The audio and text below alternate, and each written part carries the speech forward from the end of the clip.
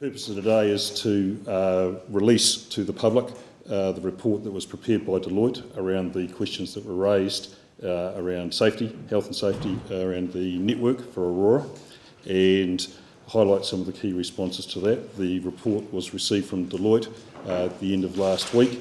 It's been discussed by Council this afternoon as a feedback session from Dunedin City Holdings. Both Dunedin City Holdings and Aurora have indicated that we fully accept all of the recommendations provided by Deloitte, and we'll be working towards implementing those.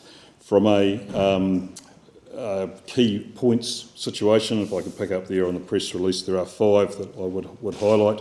That the health and safety systems are to be enhanced due to the age of our network in play there.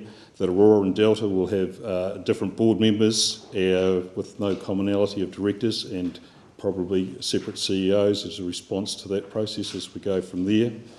That we would be looking to build the relationship between those two organisations, where Aurora is the asset manager and focused on that, and Delta is the infrastructure provider, and again a team focusing on that.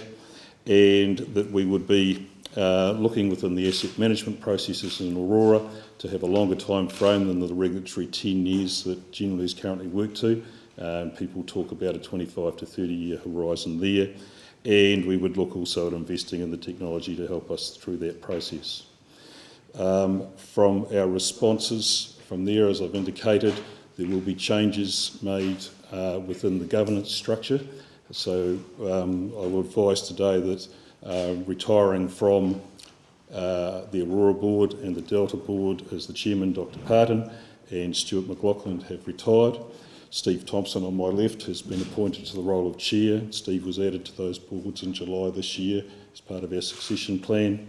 At the same stage, we will be appointing Brian Wood, who's a current member of Dunedin City Holdings, in an interim role to work with this board to assist and make sure the transformation as we go.